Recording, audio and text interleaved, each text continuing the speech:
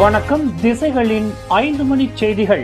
மஸ்ஜித் இந்தியாவில் தீவிரப்படுத்தப்பட்டுள்ளது பொதுமக்களின் பாதுகாப்பு கட்டுப்பாடு.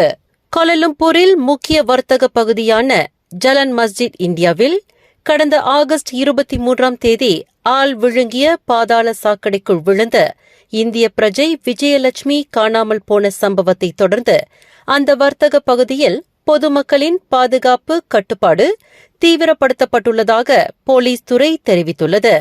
நில அமிழ்வு சம்பவத்தை தொடர்ந்து அப்பகுதியில் பொதுமக்களின் பாதுகாப்பை உறுதி செய்யும் பொருட்டு போலீசார் தீவிர கண்காணிப்பு பணியில் அமர்த்தப்பட்டுள்ளனர் என்று கோலாலம்பூர் போலீஸ் தலைவர் டத்தோ ருஸ்தி முகமது ஈசா இன்று தெரிவித்தார்.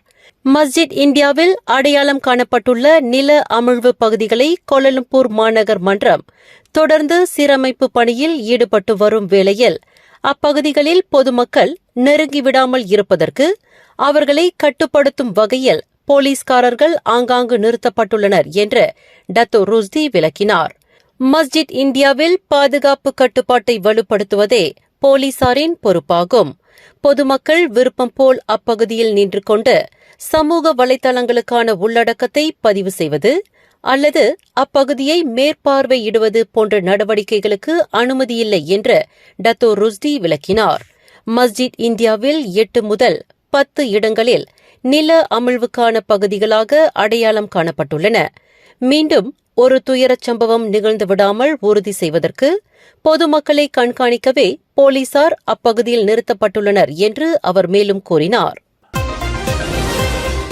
நாட்டில் உதவித்தொகை ரத்து செய்யப்பட்டதற்கு மாற்றாக GST எனப்படும் பொருள் சேவை வரி முறையை மீண்டும் அமல்படுத்துவது குறித்து அரசாங்கம் இதுவரையில் விவாதித்தது இல்லை என்று பிரதமர் டத்தோஸ்ரீ அன்வார் இப்ராஹிம் தெரிவித்துள்ளார். இதுவரையில் வரவு செலவு வியூகம் மற்றும் செலவின உயர்வை கையாளுவதற்கான முயற்சியாக அரசாங்க வருவாயை அதிகரிப்பதில் மட்டுமே அரசாங்கம் தீவிர கவனம் செலுத்தி வருவதாக பிரதமர் குறிப்பிட்டார். ரஷ்யாவிற்கு 2 நாள் அலுவல் பயணம் மேற்கொண்டுள்ள டத்தோஸ்ரீ அன்வார் ரஷ்யாவின் முதன்மை துறைமுக நகரான விளாடிவோஸ்டாக்கில் மலேசிய செய்தியாளர்களிடம் பேசுகையில் இதனை தெரிவித்தார்.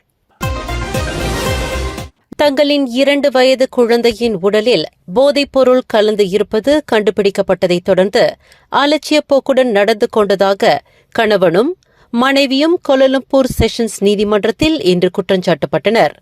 தனிநபருக்கு பாதுகாவலராக பணியாற்றி வரும் 31 வயது கணவரும் குடும்ப மாதுவான 30 வயது பெண்ணும் கடந்த ஆகஸ்ட் 10ஆம் தேதி பிற்பகல் 3:15 மணியளவில் கோலாலம்பூர் பிரிக்வில்ஸ் கம்போங் பசிர் பரு ஜலன் கிளங்லாமாவில் உள்ள ஒரு வீட்டில் இக்குற்றத்தை புரிந்ததாக நீதிமன்றத்தில் தெரிவிக்கப்பட்டது.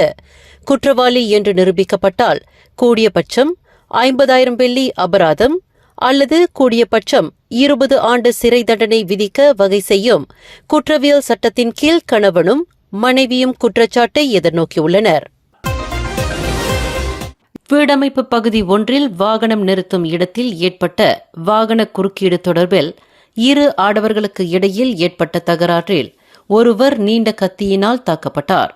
இதில் கடுங்காயங்களுக்கு ஆளான 24 வயது நபர் மருத்துவமனையில் சேர்க்கப்பட்டுள்ளார். இச்சம்பவம் நேற்று மாலை 6 மணியளவில் கோலாலம்பூர் பக்கன் கப்போங்கில் நிகழ்ந்தது. சம்பந்தப்பட்ட ஆடவரை 32 சென்டிமீட்டர் நீளத்தை கொண்ட கத்தியினால் 28 வயது நபர் தாக்கியுள்ளார். கடும் காயங்களுக்கு ஆளான நபர் 35 தையல்களுடன் மருத்துவமனையில் அனுமதிக்கப்பட்டுள்ளதாக செந்தூல் மாவட்ட போலீஸ் தலைவர் ACP அஹ்மத் சுகார்னோ முகமது ஜஹாரி தெரிவித்தார். இச்சம்பவம் தொடர்பில் அன்றைய தினமே மாலை 6:45 மணியளவில் சம்பந்தப்பட்ட சந்தேக பேர் வழி கைது செய்யப்பட்டுள்ளதாக அஹ்மத் சுகார்னோ குறிப்பிட்டார். இந்த தாக்குதல் சம்பவத்தில் கடும் காயங்களுக்கு ஆளான நபர் சுருண்டு கீழே விழுந்த நிலையில் அவரை மருத்துவமனைக்கு கொண்டு செல்ல முயற்சிக்கும் போது பொதுமக்கள் அலறும் காட்சியை கொண்ட காணொளி ஒன்று சமூக வலைதளங்களில் பரவலாக பகிரப்பட்டு வருகிறது. பேரா ஜலான் ஸ்லீம் ரிவர் மற்றும் பேராங் ஹுலுவை இணைக்கும் வரலாற்று பூர்வமான சுங்கை ஸ்லீம் ஆற்று பாலம் நீர்ப்பெருக்கத்தினால் ஆற்று நீரால் அடித்து செல்லப்பட்ட சம்பவத்தை தொடர்ந்து அப்பாலத்திற்கு பதிலாக இரும்பு கட்டமைப்பை கொண்ட பெய்லி பாலத்தை பொருத்தும் பணி வரும் செப்டம்பர் 16ஆம் தேதிக்குள் நிறைவு பெறும் என்று எதிர்பார்க்கப்படுகிறது. கடந்த ஆகஸ்ட் 23ஆம் தேதி சிலிம் வில்லேஜில் ஏற்பட்ட நீர்ப்பெருக்கின் காரணமாக 2வது உலகப் போரின் போது ராணுவ தளவாடங்களை கொண்டு செல்வதற்கு பிரிட்டிஷாரால் கட்டப்பட்ட அந்த பாலம் ஆற்றில் அடித்து வரப்பட்ட மரங்களினால் சில நிமிடங்களில் தகர்க்கப்பட்டு நீரோடு நீராக அடித்து செல்லப்பட்டது. இதனால் சிலிம் வில்லேஜில் அந்த ஆற்று பகுதியில் இரு மருங்கிலும் வசிக்கும் மக்களின் போக்குவரத்து துண்டிக்கப்பட்டது. இரு பகுதி மக்களின் போக்குவரத்துக்கு ஏதுவாக ஒரு தற்காலிக நடவடிக்கையாக அந்த பெய்லி பாலம் தற்போது பொருத்தப்பட்டு வருவதாக முவாலிம் மாவட்ட பொதுப்பணி இலாக்காவின் பொறியியலாளர் யுசைமி அஹ்மத் யூசுப் தெரிவித்துள்ளார்.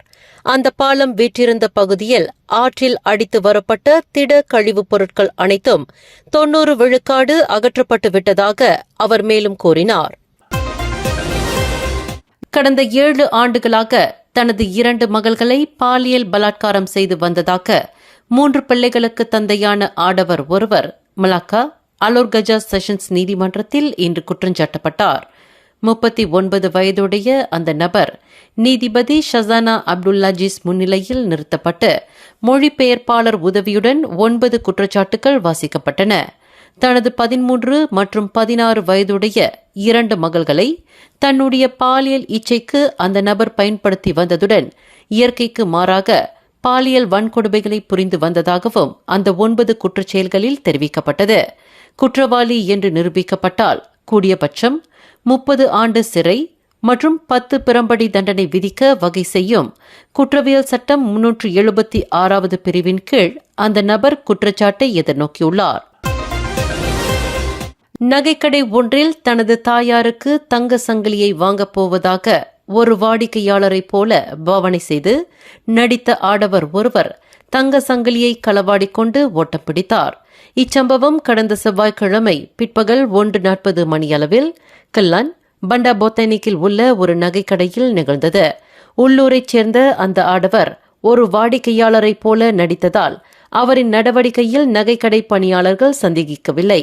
ஒரு பெரிய சங்கிலியை வாங்கப் போவதாக அந்த நபர் அடையாளம் காட்டிய 24,800 வெள்ளி தங்க சங்கிலியை கண்ணாடி பேழையிலிருந்து எடுத்து நகைக்கடை பணியாளர் காட்டியுள்ளார். அந்த தங்க சங்கிலியை ஆர்வத்துடன் பார்ப்பதைப் போன்று பாவனை செய்த அந்த ஆடவர் நகைக்கடை பணியாளர்கள் சற்றும் எதிர்பார்க்காத நிலையில் அதனை எடுத்துக்கொண்டு மின்னல் வேகத்தில் ஓட்டம் பிடித்ததாக தென்கில்லான் மாவட்ட போலீஸ் தலைவர் ஏசிபி சா ஹோங் ஃபோங் தெரிவித்தார். இச்சம்பவம் தொடர்பில் அந்த நகைக்கடையைச் சேர்ந்த 25 வயது பெண் போலீசில் புகார் செய்துள்ளார்.